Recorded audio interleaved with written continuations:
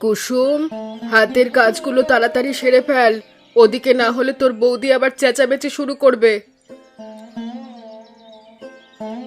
এই তো মা, বেশি কাজ নেই। রান্নাঘরটা ঝাড়ু দিলেই সমস্ত কাজ মোটামুটি শেষ হয়ে যাবে। কুসুম, দিন দিন তোমার এই অধঃপতন হচ্ছে কেন? রান্না করেছো এটা? কোনো পদে কি এটা রান্না হয়েছে? মুখেই তো দেয়া যাচ্ছে না। কি বলছো বৌদি? আমি তো ঠিকভাবেই রান্না করছি, প্রতিদিন যেমন করি আজকেও তেমন করছি। আমি মাত্রই চোখে দেখলাম, কোনো স্বাদই তো পেলাম না। দেখো মা, প্রতিদিনকার রান্না তো একরকম হয় না, এই কারণেই হয়তো একটু এদিক ওদিক হয়ে গেছে। এদিক ওদিক হবে কেন? প্রত্যেকদিন রান্না করতে করতে রান্না আরো ভালো হওয়ার কথা। ইচ্ছে করে আপনার মেয়ে এমন করছে, আমি কি বুঝি না ভেবেছেন? হ্যাঁ ছি বৌদি, আমি ইচ্ছা করে এমন কাজ কেন করব? বাড়ির সবাইকেই তো খেতে হবে, তাই না? বাড়ির সবার কথা তোমার মাথায় যদি থাকতো তাহলে রান্না এত খারাপ করতে না।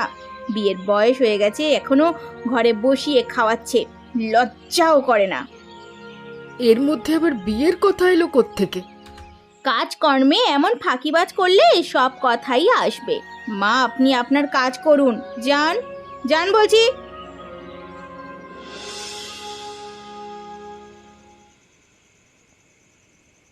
কি রে গোপাল, তুই এই সন্ধেবেলাতে এত কাজ করে এসে পান্তা ভাত খেতে বসে গেলি? কি আর করব কাকা, প্রচন্ড ক্ষুধা পেয়েছিল, আর রান্না করবার মতো কেউ নেই, তাই পান্তা ভাত ছিল, পান্তা ভাত খেয়ে নিলাম। এভাবে আর কতদিন চালাবি তুই? সারাদিন এত কষ্ট করে এই কটা পান্তা ভাত খেয়ে পেট ভরে, তুই কি কিছু বুঝিস না? আমি আর কি বুঝবো কাকা, আমার আর কি বুঝবার থাকতে পারে বলো তো? তোকে এবার একটা বিয়ে করতে হবে। যদি বিয়ে করিস তাহলে তোর সংসারটা ভালো হবে, তোকে আর খাবার নিয়ে চিন্তা করতে হবে না। কি যে বলো না কাকা, এই গ্রামের প্রত্যেকটা মানুষ জানে আমি কত গরিব, কেউ আমার কাছে তার মেয়ের বিয়ে দেবে না। কেন দেবে না? তুই ছেলেটা ভালো পরিশ্রমী, আর বউ হয়ে আসবে যে তাকে তুই কোনোদিন কষ্ট দিবি না। হ্যাঁ, আজকাল টাকা পয়সাই সব, কোনো মেয়ে কেন এই অভাবের ঘরে বউ হয়ে আসবে বলো তো? এসব ভেবে ভেবে মিথ্যে স্বপ্ন দেখে লাভ নেই। এইভাবে আশা ভরসা সব ছেড়ে দিস নে, দেখবি এমন একদিন আসবে তোর ঘর আলো করে এক সুন্দরী বউ আসবে। হ্যাঁ, তোমার কথা সত্যি হলে মন্দ হবে না, আবার সত্যি না হলেও মন্দ হবে না। তুমি বসো, আর কটা ভাত আছে, খাবে? না রে, আমি একটু আগেই খেয়েছি, তুই তাহলে ভাত খা, আমি চললাম।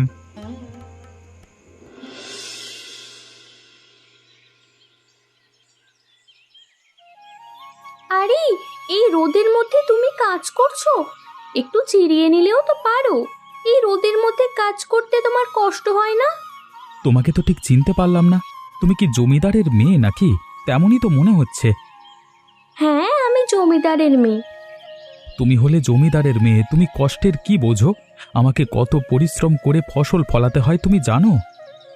নিজের শরীরকে এভাবে কষ্ট দিয়ে ফসল ফলিয়ে কোনো লাভ নেই, বুঝলে তো? এসব কিছু ভাববার মতো সময় আমাদের হাতে নেই। আমরা হলাম গরিব কৃষক, যত পরিশ্রম করব তত ভালো, না হলে খাবারও জুটবে না। পরিশ্রম করার জন্য আগে শরীরকে ঠিক রাখতে হয়। যাও, তুমি গিয়ে বিশ্রাম করো। আমি বিশ্রাম করলে আমার কাজ তুমি করে দেবে নাকি? যদি আমি এই কাজ করতে পারতাম তাহলে অবশ্যই করে দিতাম, সমস্যা হতো না। এমনিতেও বাড়িতে আমি অনেক কাজ করি। তোমাকে বাড়িতেও কাজ করতে হয়? আরে আমরা তো জানি জমিদারের বাড়িতে গোটা দশেক কাজের লোক এমনিতেই থাকে। তোমার ভাবনা ভুল। বাড়ির সমস্ত কাজ আমাকে আর মাকেই করতে হয়। আমাদের বাড়িতে কোনো কাজের লোক নেই। তাহলে আর গরিব বড় লোকের মধ্যে পার্থক্য রইল কোথায়? আমরাও পরিশ্রম করি, তোমরাও পরিশ্রম করো। আমরা পরিশ্রম করি নিজেকে বিশ্রাম দিয়ে, আর তোমরা নিজেকে বিশ্রাম দিয়ে পরিশ্রম করো না। সেসব কথা বলে লাভ নেই, আমাদের এখন মাথায় ওসব ঢুকবে না। হ্যাঁ, তাহলে আর কি করার, কাজ করো ভালোভাবে। রে কুসুম, কিছু বলবি নাকি? এভাবে এসে দাঁড়িয়ে আছিস যে? হ্যাঁ বাবা, তোমার সাথে জরুরি কিছু কথা ছিল, সেই কথাই বলতে এসেছি। কিন্তু কিভাবে যে বলবো। তা বল না, এভাবে আমতা আমতা করবার কি আছে? বলি ফেল, কিছু হবে না। বলছিলাম বাবা, আমার একটা ছেলেকে পছন্দ হয়েছে, আমি ওই ছেলেটাকে বিয়ে করতে চাই। সেই ব্যাপারেই তোমার সাথে একটু কথা বলতে এসেছি। তা ভালো, কিন্তু ছেলে কোথায় থাকে? নাম কি, বংশ পরিচয় কি? বংশ পরিচয় বলতে ও হলো এক দরিদ্র কৃষক। তুমি হয়তো চিনবে, আমাদের গ্রামের কৃষক গোপাল। কি বললি তুই? আমার মেয়ে হয়ে তুই একটা জমিদারের হয়ে ওই গরিব কৃষককে বিয়ে করতে চাস? আমার মান সম্মানের কথা একবারও ভাবলি না তুই? দেখো বাবা, বংশ পরিচয় টাকা পয়সা দিয়ে সবকিছু হয় না। ও একজন সৎ এবং পরিশ্রমী মানুষ। ওকে আমার ভালো লেগেছে, তাই আমি ওকেই বিয়ে করতে চাই। আমি তোকে ওর সাথে কোনো দিন মেনে নেব না। ওর কথা তুই মাথা থেকে ঝেড়ে ফেল। আমি তোমাকে সিদ্ধান্ত জানিয়ে দিয়েছি, আমি বিয়ে করলে ওকেই করব। তুমি যদি না মেনে নাও, তাহলে আমি এই বাড়ি ছেড়ে চলে যাব।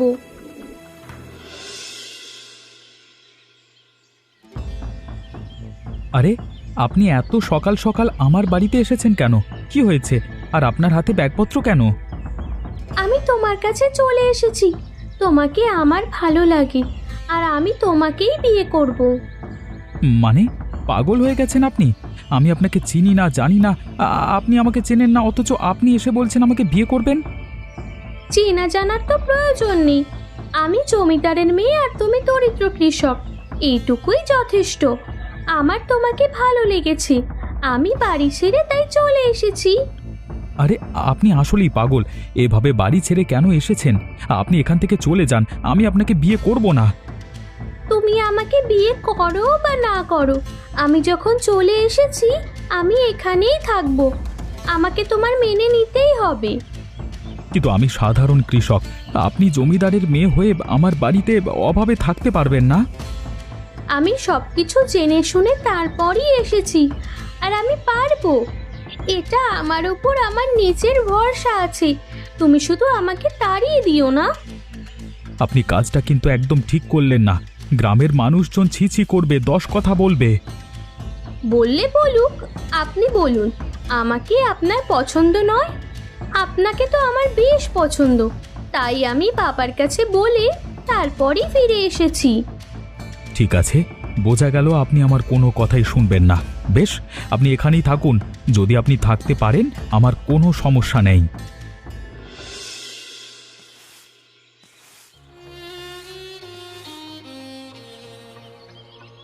বাবা গো, উফ, জমিদারের মেয়ে হয়েও এই ভাঙা বাড়িতে থাকতে তো লজ্জা লাগে না কুসুম? আরে বৌদি, তুমি কখন এলে? এসো এসো, বসো। ওগো, দেখো আমার বৌদি এসেছে। আমি এখানে বসতে আসিনি। তুই ভাবলি কি করে? হ্যাঁ, কিভাবে এই গরিব ঘরে এসে আমি বসবো? আমি জমিদার বাড়ির বউ। তুমি এভাবে কথা বলছো কেন বৌদি? তুমি আমার শ্বশুর বাড়িতে এসেছো, তোমাকে আমি বসতে দেব না? যে না শ্বশুর বাড়ি, হ্যাঁ, শ্বশুর বাড়িতে নিজের থাকার জায়গা নেই, আবার অন্য একজনকে থাকতে দিচ্ছে। চল, তুই আমার সাথে বাড়িতে ফিরে চল। আমি তোমার সাথে বাড়িতে ফিরে যাব কেন? যাব না তো কি করব? হ্যাঁ, গ্রামের লোকজন তোকে নিয়ে ছিছি করছে। জমিদারের মেয়ে হয়ে এই গরিব ঘরে এসে পড়ে আছিস, লজ্জা লাগে না তোর? দেখুন, আপনি কুসুমের বৌদি, সেই হিসেবে আপনাকে আমি অবশ্যই সম্মান করি, কিন্তু আপনি আমার সাথে আমার স্ত্রীকে এভাবে অপমান করতে পারেন না। বিয়ে হতে না হতেই বউয়ের জন্য দরদ দেখছি উদলে পড়েছে। হ্যাঁ, দেখো বৌদি, তুমি আমার স্বামীর সাথে এভাবে কথা বলতে পারো না। এসেছো, আপ্যায়ন করতে চেয়েছি, করতে দাওনি, তাই এখান থেকে এই মুহূর্তেই চলে যাও। আমি সুখে আছি।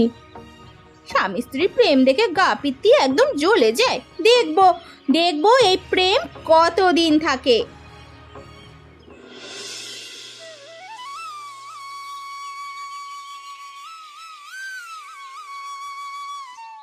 আরে, তুমি কাজ থেকে ফিরে এসেই আবার কাজ করতে লেগে পড়লে। চলো, হাত মুখ ধুয়ে এসো। আমি তোমার জন্য রান্না করেছি, গরম গরম ভাত খাবে তো? বাবা গো বাবা, আগে কাজ থেকে ফিরে বাসি পচা পান্তা ভাত খেতে হতো, আর এখন রোজ রোজ গরম ভাত খেতে পারছি। না, আমারই কপাল। এতই যখন গরম ভাত খাওয়ার শখ, তাহলে গরম ভাত খাওয়ার জন্য হলেও প্রথমে আমাকেই মেনে নেওয়া উচিত ছিল তোমার। আরে বাবা, তখন তো আমি বুঝতে পারিনি তুমি জমিদারের মেয়ে হয়ে আমার এই অভাবের ঘরে থাকবে কিভাবে। থাকবো না কিভাবে? এই যে দেখো, আমাদের ঘর আমি কত সুন্দর করে সাজিয়েছি। ধীরে ধীরে তুমি আর আমি মিলে আমাদের ঘরটাকে আরো সুন্দর করে সাজাবো। ঠিক আছে ঠিক আছে, তুমি আমার সাথে থাকলে সবকিছুই সম্ভব। আমরা দুজনে একসাথে আমাদের সংসারটা সাজাবো। যে যাই বলুক না কেন, আমরা কারোর কথা শুনবো না। তাহলে যাও, হাত মুখ ধুয়ে এসো, আমি তোমার জন্য খাবার বাড়ছি। তুমি আর আমি একসাথে বসে খাবার খাবো। কিন্তু একটা কথা কুসুম, আমার বড্ড ভয় হয়। তোমার বাবা তো আমাদের সম্পর্কটা মেনে নেয়নি, কখন যে কি করে ফেলে কে জানে। সেসব নিয়ে তোমাকে এত ভাবতে হবে না। আমি যখন এসেছি আমি সব ঠিক করব। তুমি শুধু আমার পাশে থেকো। এখন যাও, কথা বাড়িও না।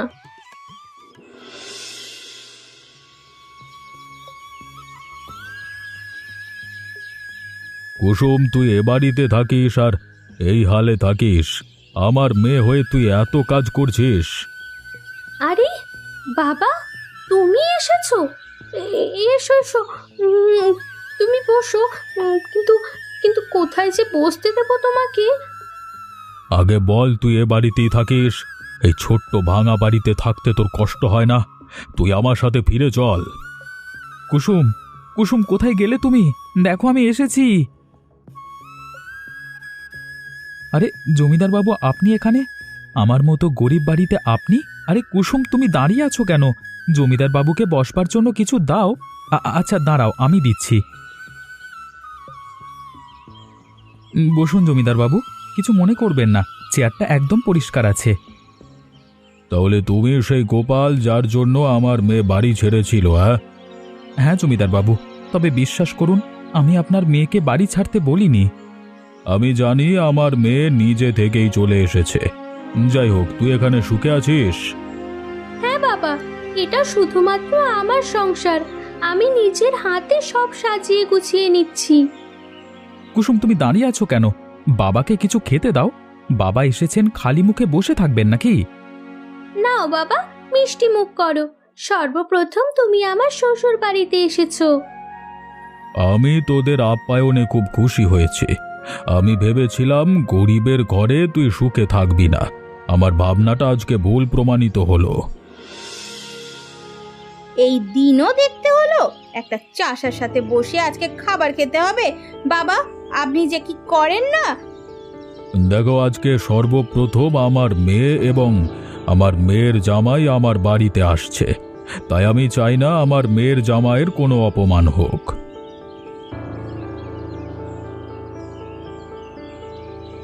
ওই যে আপনার গরিব মেয়ের জামাই চলে এসেছে, হাতে করে আবার একটা কি নিয়ে এসেছে দেখো না।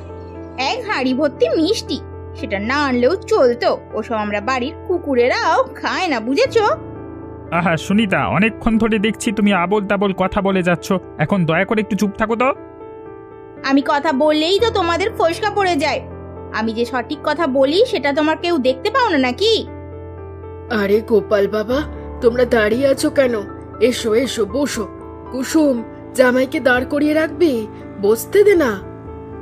এসব চাষা ভুষাদের সাথে আমি একসাথে বসে খেতে পারবো না। কিছু মনে করবেন না বাবা, আপনাদের রুচিতে এসব যায়, কিন্তু আমার রুচিতে এসব যায় না।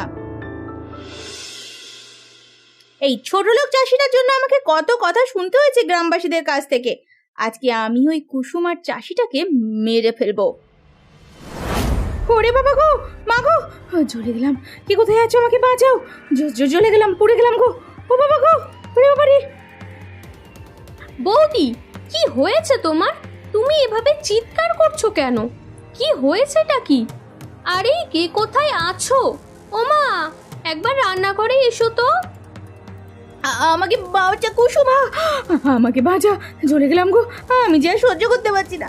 কেউ ডাক্তারের কাছে নিয়ে চলো। কেউ ডাক্তারের কাছে নিয়ে চলো। আরে তুমি আগে ওঠো, তোমার পা তো দেখছি একদম পুড়ে গেছে। জল ঢালতে হবে, ঠান্ডা জল। আরে ও মা, কোথায় গেলে তুমি? তাড়াতাড়ি এসো।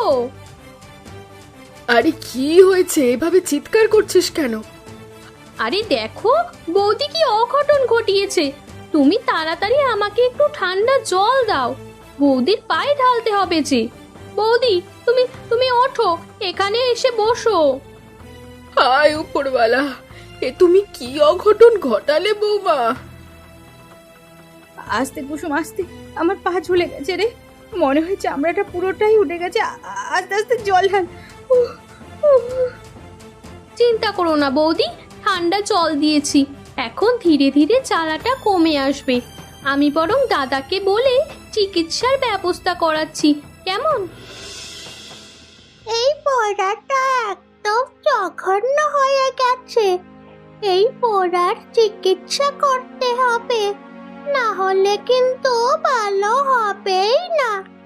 তো একদিন গেলেই দেখবে চামড়াগুলো খসে যেতে শুরু করবে। তাই মা, আজকের দিন তো চলেই গেল, কালকে শহর থেকে ভালো ডাক্তার আনবো, তারপর বৌদির চিকিৎসা করাবো। গ্রামের এসব হাতুড়ি ডাক্তার দিয়ে চিকিৎসা করাবো না। কুসুম, তুমি আমাকে নিয়ে এত চিন্তা করছো কেন?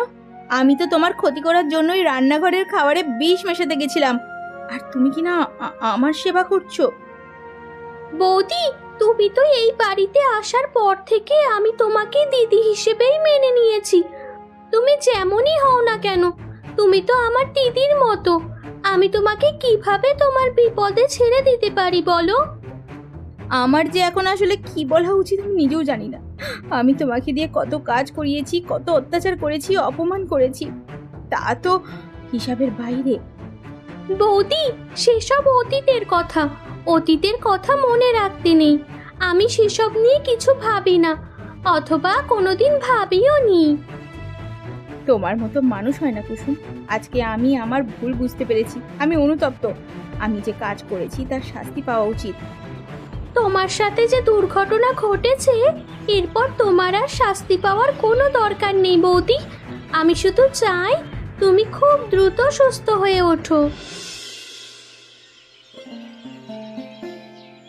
কে রে কুসুম, বৌমার শরীর এখন কেমন?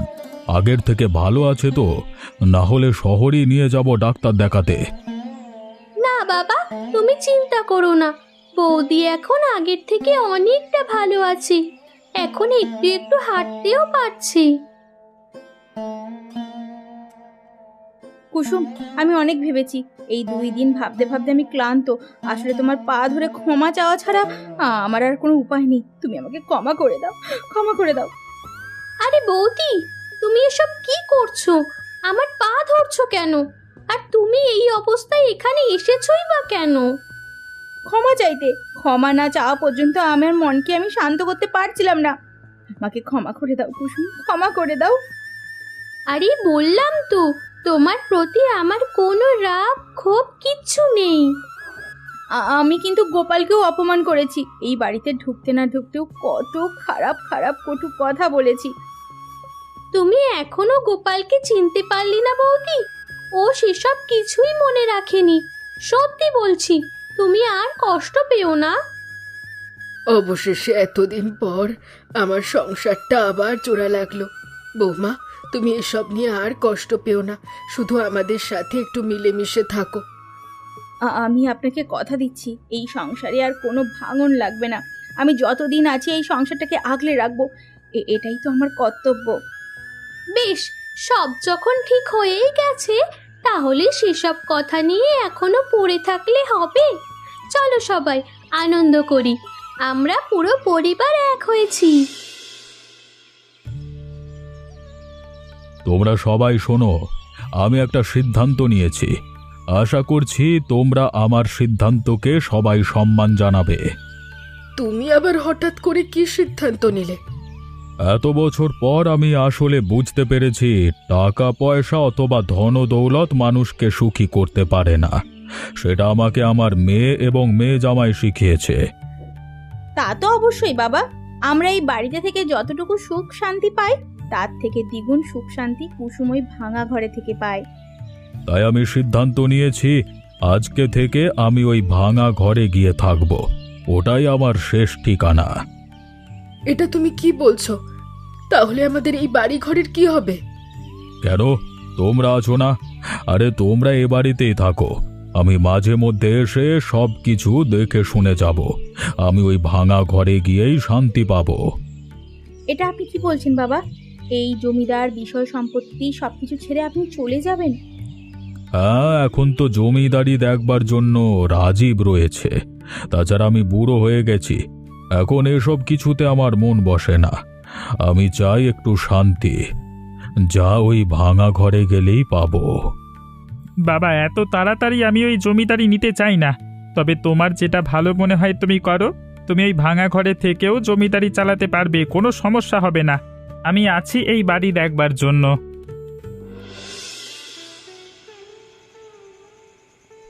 কি রে গোপাল, একদিন তোকে বলেছিলাম না খুব সুন্দরী একটা মেয়ে তোর ঘরের বউ হয়ে আসবে? আমার কথা মিলল তো? মিলল মানে?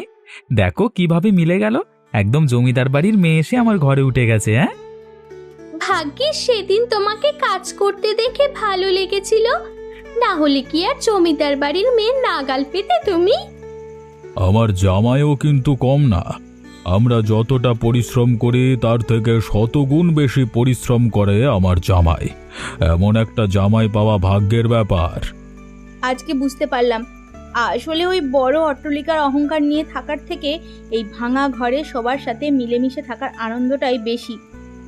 চলো তাহলে তুমি আর আমি মিলে আরও একটা ভাঙা ঘর তৈরি করি, সেখানে তুমি আর আমি মিলে সংসার শুরু করি। এতে আমার অবশ্য কোনো সমস্যা নেই, কারণ তোমার বাবা এখন এই ভাঙা ঘরেই থাকতে শুরু করেছে। তাহলে আমরা পারবো না কেন? হ্যাঁ, আপনাদের কাউকে কোথাও থাকতে হবে না, সবাই মিলে এখানে থাকুন। আমি নতুন করে একটা পরিবার পেয়েছি, এটা যে আমার কত আনন্দের তা আপনাদের বোঝাতে পারবো না। এমনই মজার মজার গল্প দেখতে আমাদের চ্যানেলটিকে সাবস্ক্রাইব করতে ভুলবেন না। আচ্ছা বলো তো বন্ধুরা, এই গল্পে সুনিতা বৌদির সাথে কিভাবে দুর্ঘটনা ঘটেছিল?